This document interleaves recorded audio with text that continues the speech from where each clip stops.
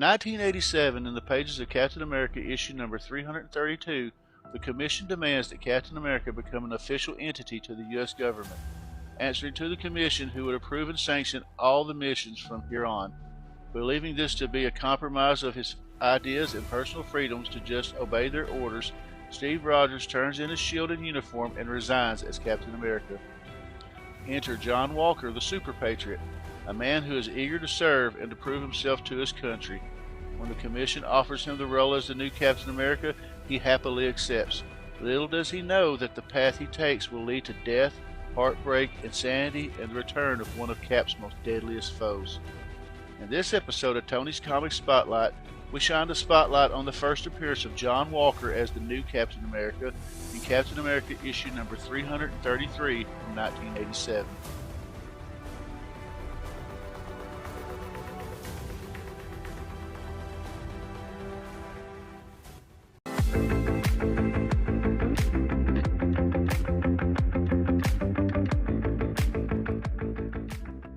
The Replacement. The Commission looks at the uniform and shield left by Steve Rogers, announcing his resignation as Captain America. After recovering from the initial shock of the decision, the Commission start looking at possible replacements, including Nuke, G.I. Max, Nick Fury, Nomad, and Falcon. All are turned down for the hope of finding someone young and hungry. Val Cooper suggests John Walker, the Super Patriot.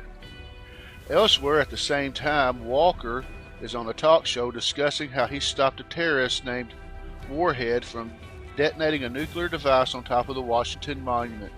When the interviewer asked if he is associated with Captain America, Walker says no, ma'am, and says Cap is the past and that America deserves a strong, decisive national hero like him. Backstage, while talking to his manager Ethan, Walker is approached by two FBI men who tell him that a presidential advisor would like to speak to him. The Commission approaches Super Patriot for the role of Captain America. John is bemused by the proposal, considering his outspoken criticism of Cap up to that point, but feels obligated as a patriot to heed his country's call no matter what. While he's waiting for the Commission to do his background check, he fills his manager in on the decision.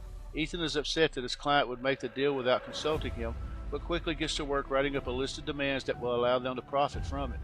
John, wondering why the original Cap resigned, attempts to get in touch with him through his hotline, but doesn't get a response. Super Patriot's cohorts, the Buckies, catch up with him and are supportive of the move. John promises to get them all jobs with the government along with him. 2 days later, John formally dons the Captain America costume and accepts the shield. He is immediately put through the ringer in a training session with Freedom Force meant to get him acclimated to the shield. He only gets to throw it once and doesn't recover it, leading to a quick defeat at the hands of the Blob, and feeling like he has something to prove. 3 days later, the Commission informs John that his list of demands has been mostly rejected.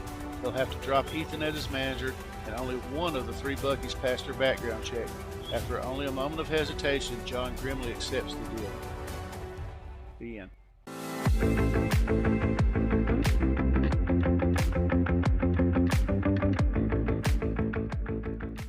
He joined the military and wanted powers to honor his brother's memory.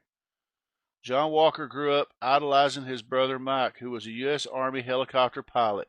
Mike was believed to be killed in his service to his country, and John joined the Army to honor that sacrifice. His time in the military was less glorious in the comics than in the MCU, but the comics version always felt that he hadn't done enough to live up to Mike's example. His military history differs considerably from universe to universe. In the MCU, John Walker is a decorated war hero, though he regrets the events that led to these medals of honor, as he confesses to Lamar. He was not quite so impressive in the comics. Though he did serve, he was never deployed and eventually finished his time in the service with an honorable discharge. John Walker was trained by the Taskmaster to use his shield. In the comics, during Walker's training to be the new Captain America, he was shown the ropes by Taskmaster, uniquely qualified if a little morally questionable. Taskmaster was important in making sure John lived up to the Captain America image, at least where the shield was involved. While Taskmaster in the MCU has a distinctly different story than Tony Masters from the comics, it's not impossible to imagine Taskmaster taking up this role for the U.S. agent as well. During his early days as Captain America in issue number 335, he makes his views clear as a right-leaning Christian American. John Walker's values are traditional and conservative. He is a patriot first and foremost, and anything he does that seems to challenge those beliefs are worth it because it's what the U.S. needs.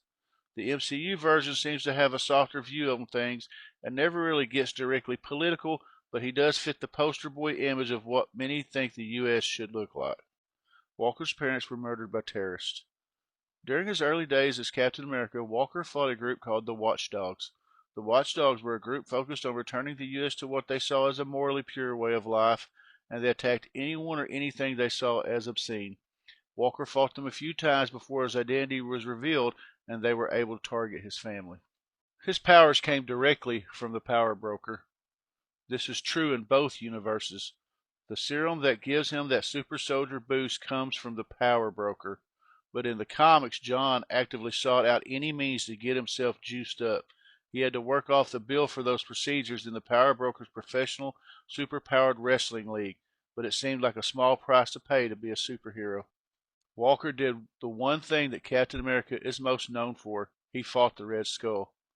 Granted, it didn't go well for John overall, and the Red Skull swarmed him with his other villains to weaken him first, but he did face off against Marvel's preeminent Nazi.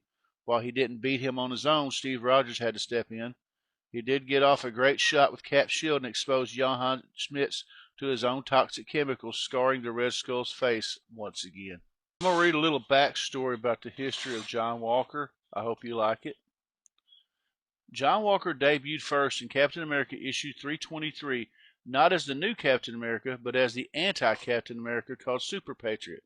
Honorably discharged from the military, John Walker was granted superhuman abilities by the Power Broker. Walker assumed the shield of Captain America after Steve Rogers became disillusioned with his role after being forced to answer the governing bodies like the newly established Commission on Superhuman Activities. Super Patriot was part of an effort by longtime Captain America writer Mark Gruenwald, who wanted an opposite of Steve Rogers to explore the meaning of patriotism. Basically, I just wanted to do the opposite of Steve Rogers, Gruenwald said in a 1988 interview with Comix Interview. I put together his background and character traits by playing the opposite game. In evaluating Steve Rogers, Gruenwald made John Walker swerve left. Because Steve grew up poor in Brooklyn, John Walker became a middle-class guy from the American South. Because Steve was old-fashioned, John Walker was a real young up-and-comer. And whereas Steve had his head in the clouds, John Walker was more realistic and more pragmatic. Walker allowed Gruenwald to better define what Captain America the concept is by seeing someone groping, trying to live up to it, trying to grasp all the facets of the concept. At the same time, John Walker's darker, more violent streak caught on with the readers. It was the late 80s when the popularity of morally gray characters like the Punisher and the Rambo film franchise made readers roll their eyes at Steve Rogers' wholesomeness. Gruenwald noticed cultural trends but didn't want to compromise Steve Rogers. Walker was an opportunity to give the audience what they wanted without sacrificing a character's soul. John Walker held the shield of Captain America from issue 333 to issue 350.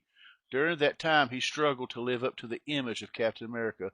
Unlike Steve Rogers, Walker was more emotional and prone to fits of anger. Things started turning when an enraged new Captain America beat the supervillain Professor Power to death with his bare hands at issue 338 in a moment pretty similar to the one in Falcon and the Winter Soldier episode 4. Unlike the Disney Plus series, however, Battlestar was alive and was present to talk John down. John Walker went off the rails again in issue 345, in which Walker's parents are kidnapped and killed in front of him by the terrorist group the Watchdogs. An angry Walker snaps and kills all the Watchdogs present. Walker continues his scary streak in issue 347 when he beats up two rejected sidekicks, Left Winger and Right Winger, and he leaves them to die in an oil tank explosion. Issue 350 of Captain America staged the long-awaited fight between Walker and Steve Rogers, now dressed in a black and red costume and working under the name The Captain. While much of the plot is revealed to be the work of the Red Skull, Captain America 350 still provides the imagery of two clashing Captain Americas who represent opposing sides of patriotism and the American idea. In the end, Steve Rogers comes out on top as the true Captain America. Walker would wear Steve's the Captain costume and don the new name U.S. Agent. I hope you enjoyed this look into Captain America issue number 333. This really was a special issue for me because it means a lot. This was the book that got me into 1987. I bought it off the rack, and I love the story. Little did I know that it would end up being like part 2 of a 19-part storyline, but it was a really good storyline, and I really fell in love with the John Walker character. Whether you love him or hate him, I've always liked John, and I've never really considered him a villain. Of course, there's like a stretch where I haven't read, so maybe he turned villainous. I don't know. But overall, this is still one of my favorite Captain America stories of all time, and I'm glad to still have this book in my collection after all these years. If you're enjoying the content, please like and subscribe. It really does mean a lot. I want to thank everybody for watching all the videos and supporting the channel, whether this is your first video or your 170th video. I really do appreciate it. Coming up tomorrow night, we have episode 3 of Into the Comiverse, and our topic is going to be whether or not you think a movie or a television show should affect the value of back issue comics. That should be pretty interesting. Also, don't forget that the CBC Awards are still going. You can go to www.cbc.org for more information and to nominate your favorite YouTube content creators. As always, in the descriptions, I will be posting links to some YouTube content creators that you should check out and give them a like and a sub and watch their stuff. They really make awesome stuff. You'll love it. And the last thing before I forget, next week, Tony's Comic Book Spotlight will focus on Uncanny X-Men 266. Now, there's always an argument saying between which one is the true first appearance of Gambit, whether it be in the Uncanny X-Men Annual 14 or Uncanny X-Men 266. So I'm just going to say we're doing the first full appearance of Gambit in Uncanny X-Men 266 next week for Tony's Comic Spotlight. I hope you like it. And until then, stay safe, take care, and God bless. See you.